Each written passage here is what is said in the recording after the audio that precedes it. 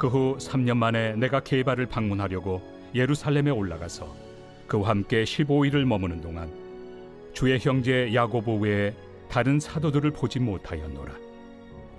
보라, 내가 너희에게 쓰는 것은 하나님 앞에서 거짓말이 아니로다. 그 후에 내가 수리아와 길리기아 지방에 이르렀으나 그리스도 안에 있는 유대의 교회들이 나를 얼굴로는 알지 못하고 다만 우리를 박해하던 자가 전에 멸하려던 그 믿음을 지금 전한다 함을 듣고 나로 말미암아 하나님께 영광을 돌리니라.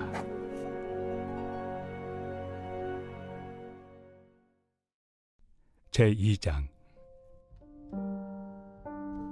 14년 후에 내가 바나바와 함께 디도를 데리고 다시 예루살렘에 올라갔나니 계시를 따라 올라가 내가 이방 가운데서 전파하는 복음을 그들에게 제시하되 유력한 자들에게 사사로이 한 것은 내가 다름질하는 것이나 다름질한 것이 헛되지 않게 하려 함이라. 네, 오늘은 영원한 복음이라는 제목으로 하나님 말씀 전하겠습니다.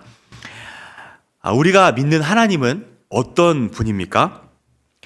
여러 가지로 이야기할 수 있겠지만 오늘 제목에 나온 대로 우리 하나님은 영원한 분이십니다.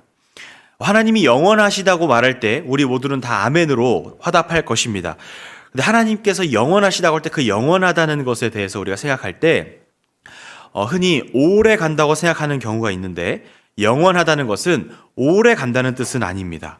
우리가 결혼할 때 영원히 사랑한다고 말하거나 이 세상에서 영원한 것은 없다고 말할 때 영원한 것은 오래 간다고 말하는데 끝나지 않고 오래 가는 것이 영원한 것이 아닙니다. 하나님이 영원하시다는 것의 정확한 의미는 하나님께는 시작과 끝이 없다는 의미입니다.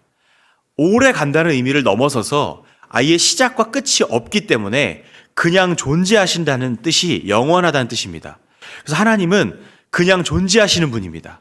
더 이상 그 하나님의 그 영원함을 어떻게 설명할 수가 없습니다. 그래서 모세 앞에 나타난 어떤 신이 있었는데 그 신에게 모세가 누구냐고 묻자 나는 그냥 나다라고 대답하실 수밖에 없었습니다. 그 어떤 것으로도 비유하여 설명할 수 없는 그냥 그 존재 자체, 모든 존재가 그분으로부터 흘러나온 유일한 신, 그분이 우리가 믿는 하나님이신 겁니다. 그리고 우리가 믿는 복음은 그 영원하신 하나님 그 자체이고 하나님 자체가 복음이고 기쁜 소식이고 그 하나님으로부터 흘러나오는 모든 것들이 기쁨이고 기쁜 소식이고 우리에게 복음이 되는 것입니다.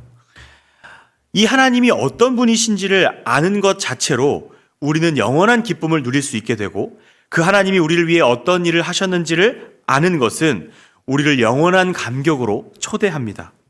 그러니까 우리가 믿는 것은 그냥 기쁜 소식, 오늘을 살게 하는 좋은 소식을 넘어선 영원한 복음인 것입니다. 오늘도 내일도 내일 모레도 우리에게 기쁜 소식이 될 뿐만 아니라 우리의 평생에 오래오래 기쁜 소식이 될 뿐만 아니라 이 복음은 영원한 것이어서 이 복음은 끝이 없고 시작도 없고 그냥 존재하는 것 그 자체입니다. 하나님이 우리와 함께 하시는 그 모든 순간에 우리는 그 기쁜 소식을 마음껏 공급받을 수 있습니다. 그래서 이 복음은 절대 우리를 흔들리게 만들지 않습니다. 그래서 이 복음이 영원하다는 것은 복음이 변하지 않고 어떠한 상황에도 어떠한 시간 속에서도 어떠한 장소에서도 우리가 어디에 있든지 우리가 어떤 상태에 놓여 있든지 상관없이 복음은 그저 존재한다는 것입니다. 우리의 상황은 매 순간 바뀌고 변화되거나 때로는 또 변질됩니다. 그러나 복음은 단 한 번도 바뀐 적이 없습니다. 우리가 정말 아무것도 안 하고 가만히 이틀만 지내도 그냥 가만히 이틀만 시간을 흘려보내도 이미 우리에게는 어제, 오늘, 그리고 앞으로 다가올 내일이 생겨버립니다. 우리는 그냥 아무것도 안 해도 끊임없이 변화되는 존재들입니다. 끊임없이 변해야만 하는 존재들입니다. 그런데 우리가 아무리 요동쳐도 복음은 영원합니다. 바울은 바로 그 복음을 만났습니다. 그 복음은 예수님이셨고 바울은 그 복음을 공격하는 사람에서 그 복음을 전하는 자로 바뀌었다고 오늘 성경은 말씀하고 있습니다. 복음은 영원하기 때문에 아무리 공격해도 변하지가 않습니다. 바울 같은 사람들이 세력을 구성해서 아무리 그 복음을 없애려고 공격해도 아무리 그 복음을 바꾸려고 해도 복음을 바꿀 수가 없는 겁니다. 왜냐하면 복음은 영원하기 때문에 그렇습니다.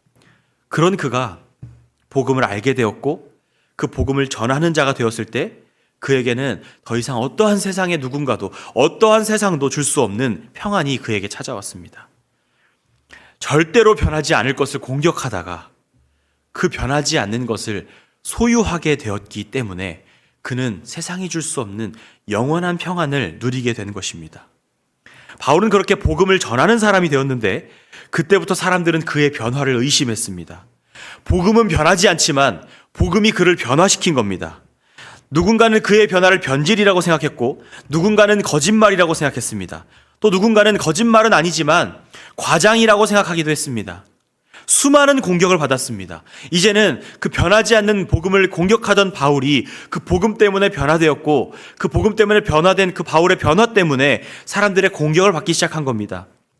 그래서 바울은 복음 전도를 하기 위해 가는 곳마다 변명을 늘어놓을 수밖에 없었습니다. 이 복음의 원액을 담고 있다고 알려진 여러 서들 중에 갈라디아서도 복음의 아주 진수를 담고 있다고 알려져 있는데 바울은 자신이 사도라는 사실을 이 갈라디아서에서 스스로 변호하는데 갈라디아서가 5장밖에 되지 않습니다. 그런데 그 5장 중에 2장에 걸쳐서 자신이 사도라는 사실을 변호하고 있습니다. 어떻게 보면 이 복음이 뭐길래 5장 중에 2장을 자신이 사도라는 사실, 자기가 거짓말하는 자가 아니고 자기가 진짜라는 사실을 변호해야만 할 만큼 복음이 자칫 의미 없게 느껴질지도 모릅니다. 이 갈라디아서를 읽다 보면 1, 2장 정도를 읽으면 자칫 의미가 없이 느껴지기도 합니다. 그런데 성령께서는 바울이 자신을 변호하는 그 순간에도 그 처절한 변명 속에도 영원한 복음을 담아 놓으셨습니다. 1장 마지막 부분과 2장 시작 부분에 걸쳐 있는 오늘의 본문은 3번의 시기에 관한 이야기가 등장합니다. 먼저 18절에 보면 그 후 3년 만에 내가 라고 말합니다. 그 후 3년 만에 내가 게바를 방문하려고, 게바는 베드로인데 예루살렘에 올라가서 그와 함께 15일을 머무는 동안이라고 말씀합니다. 바울이 3년 만에 베드로를 만나러 예루살렘에 올라갔다고 합니다. 예루살렘에서 그와 15일을 머물렀다고 합니다. 그리고 그동안 만난 사도는 베드로를 만나러 갔으니까 베드로를 만났고 그 외에는 야고보밖에 없다고 말합니다. 우리는 3년에 주목할 겁니다. 예수님을 만난 후에 사도들에게 가지 않고 곧장 아라비아로 향한 후 3년이란 시간이 흐른 겁니다. 지금처럼 전화기가 있는 것도 아니고 SNS나 인터넷도 없던 시절에 3년을 먼 지역에 따로 지낸 것은 일절 교류가 없었다는 것입니다. 의도적으로 교류를 안 한 것인데 바울이 복음을 알게 되었고 3년을 다른 사도들과의 교류 없이 지내다가 3년 만에 베드로와 야고보를 만나서 고작 2주 남짓을 보낸 결과가 무엇이냐 하면 아무 일도 일어나지 않았다는 겁니다. 그게 무슨 말이냐면 바울이 믿었던 복음이 아무런 문제가 없다는 뜻입니다. 바울이 예수님을 강하게 만나고 곧장 사도들과 그 복음이 맞는지 확인하거나 뭔가 학당에 들어가서 복음 학당 같은 거에 들어가서 사도들에게 복음을 배운 것이 아니라 어떤 교회에 가서 복음을 배운 것이 아니라 바울은 복음이신 예수 그리스도를 만난 후에 곧장 격리되어서 3년을 지내다 온 겁니다. 그리고 15일을 머무는 동안 아무런 충돌과 갈등과 문제도 일어나지 않았습니다. 다른 사도들이 그에 대해서 그 어떠한 변명이나 그 어떠한 공격도 하지 않습니다. 다른 서신서들의 바울에 대한 이야기가 나오는데 그를 사도로 인정하고 있습니다. 3년을 따로 지내고 고작 15일을 만났는데 바로 복음으로 화합하게 되는 겁니다. 그것은 바울이 믿은 복음이 확실한 복음이었다는 뜻입니다. 그리고 그가 사도라는 사실이 다른 사도들에게도 인정되었다는 겁니다. 또 그 후에 바울은 수리아와 길리기아로 이동했다고 말씀하고 있습니다. 그곳에서는 아무 일이 없는 정도가 아니라 사람들이 바울이 복음을 전했다는 이야기를 듣고 하나님께 영광을 돌렸다고 말씀합니다. 24절에 나로 말미암아 하나님께 영광을 돌리니라. 이 사람들은 유대의 교회들입니다. 바울을 특히 미워하던 유대인으로서 변절자이기도 했고 그리스도인들에게는 예수 그리스도를 공격하던 예수님 믿는 자들을 박해하던 자였기 때문에 이 바울은 어디에 가나 치일 수밖에 없는 존재였는데 유대인 그리스도인들이 모인 그 교회에서 그가 인정받고 하나님께 그들이 함께 영광 돌리는 일이 일어났다는 겁니다. 그렇게 아름답게 이야기가 마무리되는 듯 하다가 14년이 또 지났습니다. 14년 동안 바울은 복음을 전하며 이곳 저곳을 다녔고 그 내용은 사도행전에 세세하게 기록되어 있습니다. 복음을 전하며 14년 동안 열심히 다니다가 14년 만에 드디어 예루살렘에 또 한 번 올라갈 일이 일어났습니다. 그리고 그때는 바울이 유력한 사람들, 즉 사도들을 만나러 갑니다. 사도들을 만나는 이유는 그가 그동안 열심히 복음을 전한 것이, 그리고 복음을 앞으로 전할 것이 헛되지 않게 하려고 한다고 말씀하고 있습니다. 그 일을 위해서 바울은 무려 사도들에게 복음을 제시합니다. 복음은 믿지 않는 초신자나 잠시 교회를 떠나 있거나 아직 믿음이 연약해서 복음이 필요한 자들에게 전한다고 생각되지만, 바울은 믿는 자 중에서 가장 지도자의 핵심에 있는 사도들에게 복음을 제시하는 겁니다. 이 복음 제시의 목적은 그들을 전도하기 위함은 아니었고, 그들과 함께 우리가 믿는 복음이 하나라는 것을 확증하고 자신을 여전히 오해하고 여전히 공격하고 있는 수많은 사람들에게 자신이 사도이며 자신이 전하는 것이 영원한 복음임을 나타내고자 함이었습니다. 복음을 믿고 3년이 지나서 그 복음을 확증했고, 그리고 또 그 후에 다른 지역에 가서 유대 교회에 가서 자신이 사도임과 자신의 복음이 진짜라는 사실을 확증했습니다. 그런데 그렇게 확증이 된 후에, 검증이 된 후에 14년을 복음을 전하며 다녔는데 그가 하고 있는 것은 자신의 복음이 진짜라는 사실을 변명하는 일이었습니다. 끊임없이 복음을 전하고 끊임없이 복음을 가지고 전쟁하듯이 살아왔지만, 그 복음 때문에 매맞고 그 복음 때문에 죽을 뻔하고 그 복음 때문에 모든 삶을 하나님 앞에 드렸지만, 바울은 그 복음이 진짜라는 사실을 계속해서 변호해야만 했습니다. 3년의 고독한 시간, 그리고 그 이후에 14년 이상의 복음 전도 기간을 지나면서 바울은 인간관계도 바뀌었고 거주지도 계속 바뀌었고 사역지도 계속 바뀌었고 수많은 변화가 있었을 겁니다. 사도 바울이 예수님 만나고 너무나 많은 변화가 있었겠지만 아마 3년과 그 14년이 지나는 동안에는 또 많은 성품의 변화, 인격적인 변화도 일어났을 겁니다. 그런데 그가 만난 복음은 단 한 번도 변하지 않았습니다. 그 영원한 복음을 끊임없이 변화하는 세상 속에서 전하기 위해서 바울은 그 영원한 복음을 끊임없이 변호해야 했습니다. 우리는 너무나 급변하는 시대를 살아가고 있습니다. 동네도 너무 빠르게 변하고 어렸을 때 살던 동네에 찾아가 보면 다른 동네가 되어 있고, 기술도 너무 빨리 발전해서 따라가기를 거의 포기해야 할 정도이고, 그러다 보니 사람들의 생각이나 이 세상의 문화도 너무 빠르게 바뀌어서 어떤 세대 간의 갈등도 생기고 혼란도 있습니다.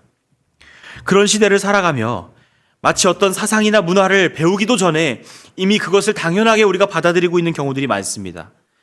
그렇게 생각하지 않으면 미개한 것처럼 우리는 세상에게 가스라이팅을 당하고 있습니다. 그것을 배운 적도 없고 그런 생각을 하고 있다는 것도 몰랐는데 그렇게 생각하고 있어야만 하는 세상이 되어버린 겁니다. 그런데 문제는 그런 급변하는 세상에서 우리가 믿는 것이 변하는가 하는 것입니다. 이 시대에 맞춰야 하는, 이 시대에 맞춰진 복음이 따로 있는가 하는 것입니다. 2000년 전에 오신 예수님을 우리가 믿는데, 아니 그보다 훨씬 더 전에 창세전에 계셨고 세상을 창조하신 그 하나님이 계획하신 그 일을 우리가 믿는데, 그리고 500년 전에 믿음이 있고 100년 전에 믿음이 있고 그 지금 우리의 믿음이 있는데 그 믿음의 내용이 다른가 하는 것입니다. 복음은 영원합니다. 그래서 우리는 이 급변하는 시대 속에서 이 복음을 끊임없이 변호하고 변증해야 합니다. 이 복음이 영원하다는 사실을 우린 계속해서 말해야 합니다. 복음을 전하는 저와 우리 성도님들은 끊임없이 변할 겁니다. 20년 전에 우리의 모습은 매우 달랐을 것이고 10년 전에 또 달랐고 지금도 다르고 앞으로도 다를 겁니다.